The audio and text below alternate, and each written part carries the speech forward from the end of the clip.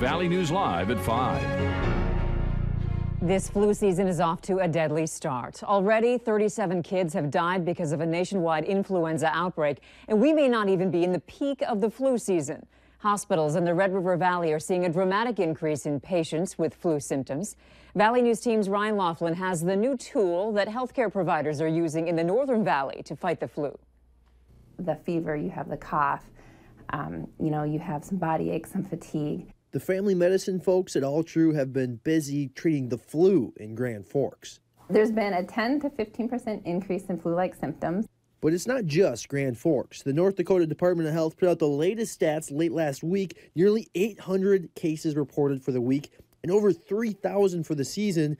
Compare that to this time last year, more than 4 times the number of people have caught the flu. That's the reason for the hotline.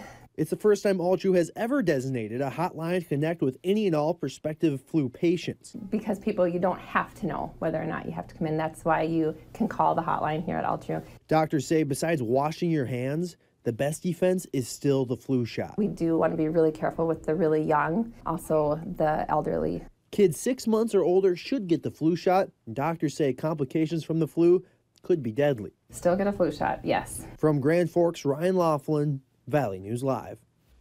According to the North Dakota Department of Health, there's an anomaly this year, 2 flu strains at once. They say it's very rare. Only a few cases are confirmed nationwide. But testing has shown some people have contracted co-infections in North Dakota. If you think you may have the flu and live in the FM area, Sanford also says you can call their Ask a Nurse hotline 24 hours a day at the number on your screen, 234-5000. Even though it's cold, it didn't feel so bad out there today with the sunshine.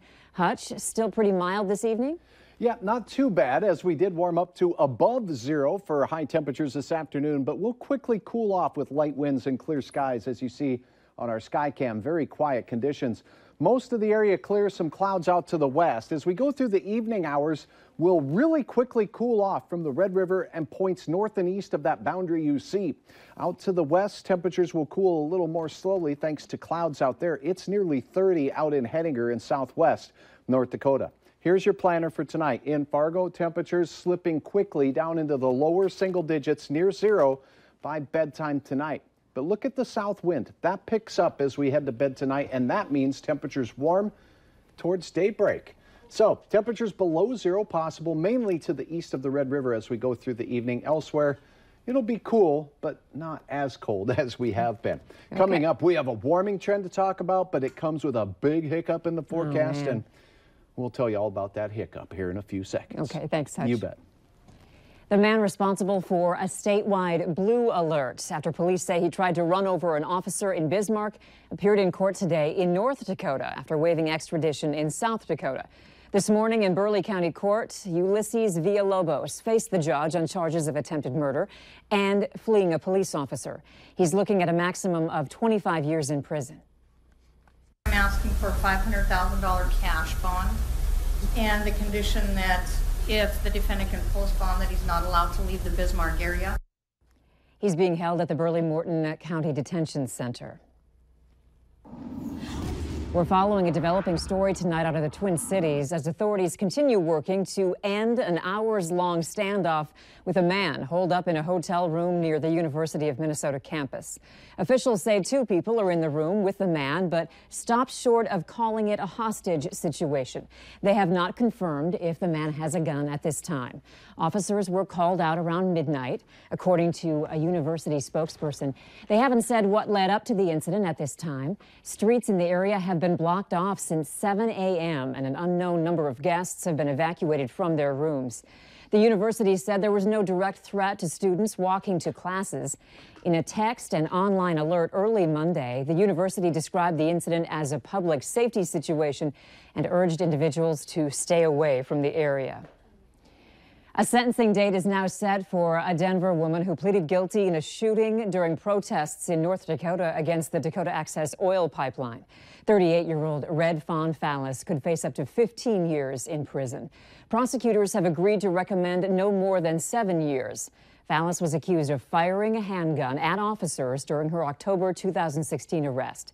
No one was hurt. She pleaded guilty to civil disorder and gun possession by a convicted felon. Prosecutors agreed to drop a more serious charge. Fallis is jailed after violating terms of her release to a Fargo halfway house earlier this month. Her attorneys have asked that she be allowed to return there pending sentencing and are still waiting on a ruling. A Minnesota man accused of attacking two brothers at the Mall of America says he was inspired by the Islamic State group. 20-year-old Mahad Abdirahman of Minneapolis has pleaded guilty to 2 counts of first-degree assault for that November knife attack. The Star Tribune reports that Abdirahman said during his plea hearing that America will never be safe while it's at war with Islam. Investigators say he attacked the 2 men while they were shopping. They suffered serious injuries. His plea deal calls for 15.5 years in prison, and sentencing is scheduled for February 16th.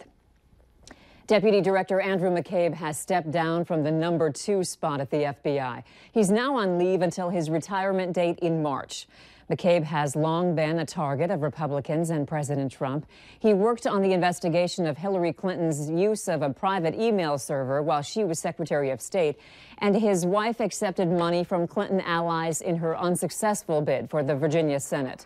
The White House says it had no role in McCabe's decision. Democrats have said the attacks on McCabe are a distraction from the Russia investigation. The Cleveland Indians will stop using the controversial Chief Wahoo logo. The team announced today it will remove the Chief Wahoo image from team jerseys and hats starting in the 2019 season. However, the divisive logo will remain on official merchandise for fans to buy. The caricature has been used by the team since the 1940s. Some consider it racist and offensive. Major League Baseball Commissioner Rob Manfred said in a statement that talks about the logo have been going on during the past year between the league and the team. And he says, quote, "The club ultimately agreed with my position that the logo is no longer appropriate for on-field use in Major League Baseball." Sheriff's officials have identified the man who was killed after hitting 3 horses with his car over the weekend. Police say 24-year-old Cruz Schumacher from Jamestown died at the scene of the crash early Saturday morning. Stutzman County officials say Schumacher was traveling west on County Road 38 near Ypsilanti when he hit and killed the horses that were standing on the road. The impact caused his car to crash into a semi-trailer parked in a lot. North Dakota will begin a program that offers care coordination and recovery services to people transitioning out of prison on probation and parole and at risk of incarceration. The Free Through Recovery program launches on Thursday. It was created through the Justice Reinvestment Initiative, which put aside $7 million for behavioral health treatment for those on parole and probation. Officials hope it will reduce chances of committing another crime and help former inmates battling substance abuse. Training for those who struggled with addiction and want to help others will be in Bismarck this week. Remember to like Valley News Live on Facebook. You can follow the latest news, weather, and breaking news updates anytime on your feed. Just search Valley News Live, like our page, and you'll stay informed throughout the entire day.